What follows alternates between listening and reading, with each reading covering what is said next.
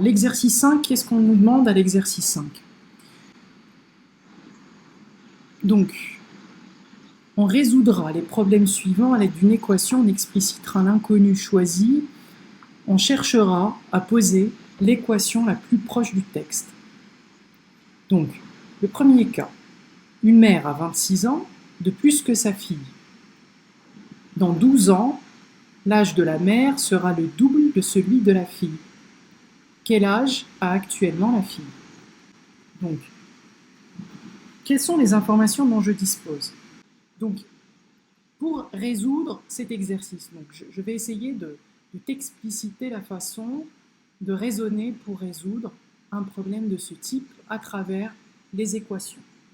Donc, ce qu'il faut savoir, c'est que pour pouvoir formaliser une équation, il va me falloir déterminer ce que je vais appeler une inconnue, c'est-à-dire un élément qui m'est inconnu en fonction duquel l'énoncé est explicité. Donc ici, en l'occurrence, je peux essayer d'abord par exprimer les données, les informations de ce texte en les formalisant de manière mathématique. Donc, la mère a 26 ans de plus que sa fille. C'est-à-dire que si j'écris ici, dans mon brouillon, l'âge de la mère, c'est quoi l'âge de la mère? C'est l'âge de la fille plus 26 ans. T'es d'accord?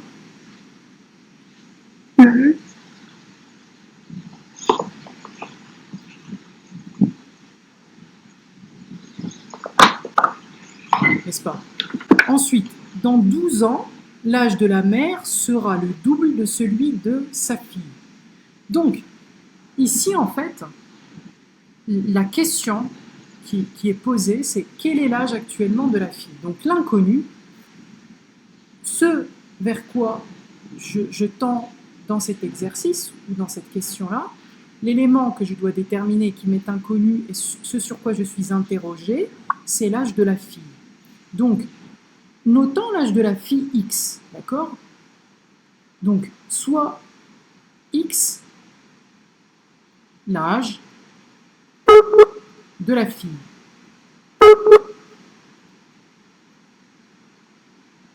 D'accord? Si je considère X, l'âge de la fille, c'est que j'ai formalisé mathématiquement cet inconnu à travers l'élément X. Donc, supposons que X soit l'âge de la fille. Donc, c'est-à-dire que l'âge de la mère, c'est X plus 26. Ça, c'est la première information. Donc, ça, c'est la première donnée, en fait. C'est, en gros, la première phrase, ce qu'elle me permet d'écrire. La première phrase me permet d'écrire que l'âge de la mère, c'est X plus 26. Ok. Dans 12 ans, l'âge de la mère sera le double de celui de la fille. Donc, ici, je vois bien déjà que j'ai deux éléments, deux inconnus, n'est-ce pas? Donc, le premier élément, c'est l'âge de la fille qui m'est demandé. Il y a un élément secondaire qui est également inconnu dans l'énoncé, qui est l'âge de la mère, n'est-ce pas? Oui. Donc, soit, c'est une inconnue également, l'âge de la mère, donc soit Y, l'âge de la mère. Donc, en gros, la première information, la première phrase ici, la première assertion, elle me permet d'écrire que Y, qui est l'âge de la mère, c'est l'âge de la fille plus 26. La deuxième information, c'est que dans 12 ans, l'âge de la mère sera le double de l'âge de la fille. Dans 12 ans, c'est-à-dire l'âge de la mère plus 12, sera égal au double de l'âge de la fille dans 12 ans. L'âge de la fille dans 12 ans, c'est X plus 12. Donc ici, simplement, je vais employer la même méthode, c'est-à-dire que je vais prendre la relation, l'équation numéro 2, je vais injecter la valeur de y qui est x plus 26 dans cette équation-là, donc j'obtiens x plus 26 plus 12 égale à 2 fois x plus 12, n'est-ce pas? Et ici, je vais simplifier naturellement, x plus 38 égale, et ici je distribue le 2 à l'intérieur des parenthèses, donc ça me fait 2x plus 24, n'est-ce pas? Et donc ici, naturellement, qu'est-ce que je fais? Je vais simplifier. Donc simplifier, c'est-à-dire, ça revient dans une équation à rassembler les éléments fonction de x d'un seul côté et les éléments qui ne sont pas fonction de x de l'autre. Donc ici, en l'occurrence, classiquement, ce que je fais, c'est que je rassemble les x à gauche, tout ce qui n'est pas fonction de x à droite, mais ici, je remarque que en déplaçant le x plutôt à droite, je vais obtenir un 2x moins x, n'est-ce pas? Donc je vais tomber directement sur x. Ok? Ok. Dans ce cas de figure, je vais dans ce cas déplacer le 24 du premier côté. Attention, à chaque fois que je déplace un élément à gauche ou à droite d'une égalité, je dois obligatoirement opposer, changer le signe, n'est-ce pas? Donc, ça me fait 2x moins x, ça fait x, puisque en fait, l'égalité est une relation commutative. Si a égale à b, ça veut dire que b égale à a. Les deux propositions sont équivalentes.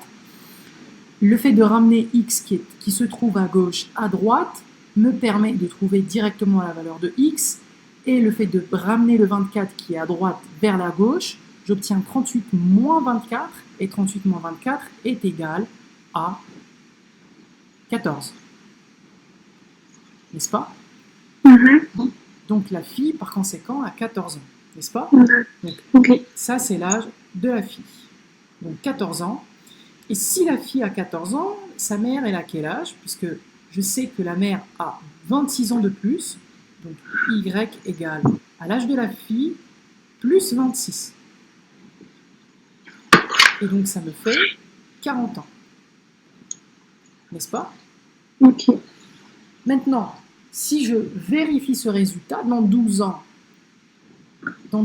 la fille aura 14 plus 12, c'est-à-dire 26, n'est-ce pas? Oui.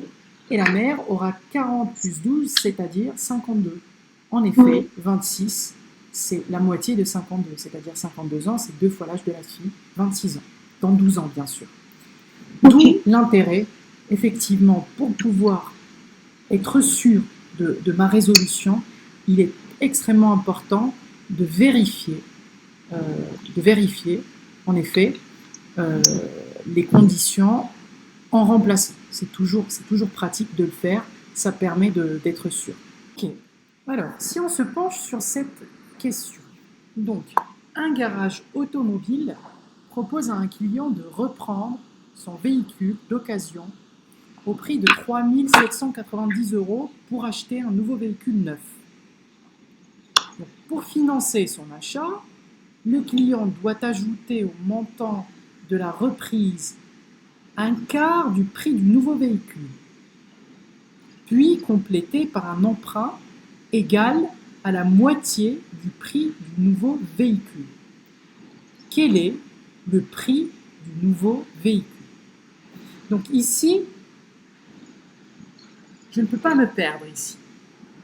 La première chose que je cherche à identifier ou à formaliser dans ce genre de questions, c'est d'abord l'inconnu. Qu'est-ce que je cherche? Le prix du nouveau véhicule. Exactement, je cherche le prix du nouveau véhicule. Donc, afin de trouver le prix de ce nouveau véhicule, je vais d'abord l'exprimer. Donc, ça va être mon inconnu. Exprimons-le, posant X, le prix du nouveau véhicule. Soit X, le prix du nouveau véhicule. D'accord? Qu'est-ce qu'ils me disent? C'est, alors, afin de pouvoir payer ce nouveau véhicule, le client va procéder à son financement. Comment il va le financer? D'abord, en ramenant son ancien véhicule, qui va être repris par le garage, il va avoir l'équivalent d'une somme de 3 790 € qui sera déjà financée, n'est-ce pas? Donc, le prix de ce nouveau véhicule, X, il sera payé dans un premier temps par 3 790 €, n'est-ce pas? Ça, c'est d'office. En ramenant son ancien véhicule, il aura en contrepartie 3 790 €. Ensuite, le client, bien sûr, le nouveau véhicule ne va pas coûter ce prix-là, autrement, il l'aurait simplement échangé contre son ancien. Il va falloir qu'il rajoute en plus du montant de la reprise un quart du nouveau prix du nouveau véhicule. C'est-à-dire qu'il doit rajouter 1 sur 4 le montant du prix du véhicule, le quart de X. Ensuite, il doit emprunter encore la moitié du prix, c'est-à-dire que la moitié sera financée par la reprise plus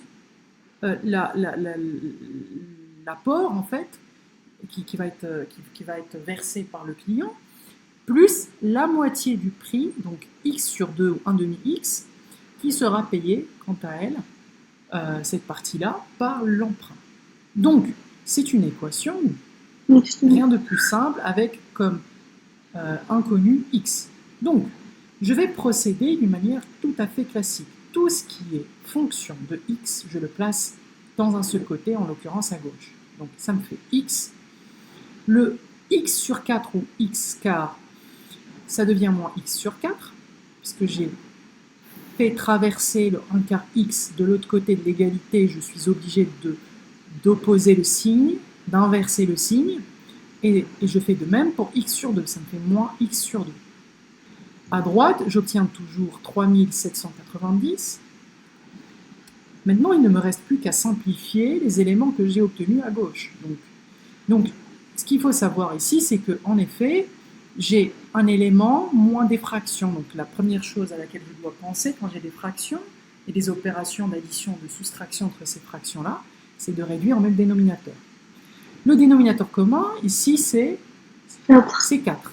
Étant donné que 4 est un multiple de 2 et que de toute manière, x, quand il n'y a pas de fraction, c'est que le dénominateur est égal à 1. Donc, c'est aisé d'avoir le même dénominateur qui va être 4, et donc par conséquent, je vais obtenir 4x moins x moins 2x divisé par 4. Pourquoi? Parce que x sur 1, ça me fait 4x sur 4, je multiplie numérateur et dénominateur par 4.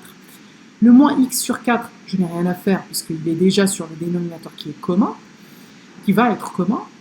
Et la troisième fraction, le dénominateur c'est 2. Afin d'arriver à 2, je suis obligé de multiplier par 2.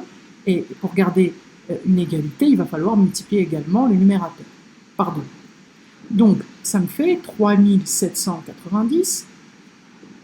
Par conséquent, ici, il me suffit de simplifier ce qui va se trouver au numérateur. Donc 4x moins x, ça fait 3x, et 3x moins 2x, ça me fait x. Donc x sur 4 est égal à 3790. Qu'est-ce que j'en déduis? J'en déduis donc que x égale, ici ce qui me gêne, parce que in fine, je dois trouver la valeur de x, ce qui me gêne, c'est le 4 qui est au dénominateur. Donc je dois me débarrasser de ce 4 qui est au dénominateur. Et afin de neutraliser l'opération de division, je dois multiplier par 4. C'est comme ça qu'il faut voir la transformation.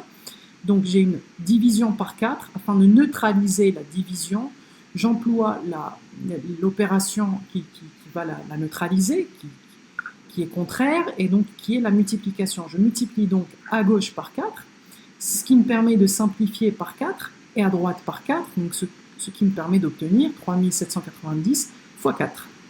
Maintenant, il ne me reste plus qu'à calculer ce produit, cette multiplication. 3790 multiplié par 4, c'est 15 160 €. Donc, en effet, tu avais vu juste. C'est correct. Donc, le prix du nouveau véhicule, c'est 15 160. Maintenant, quel est le montant de la somme empruntée? Donc, en effet, la somme empruntée, c'est simplement, d'après l'énoncé, c'est la moitié du prix du véhicule, du nouveau véhicule, donc la somme empruntée,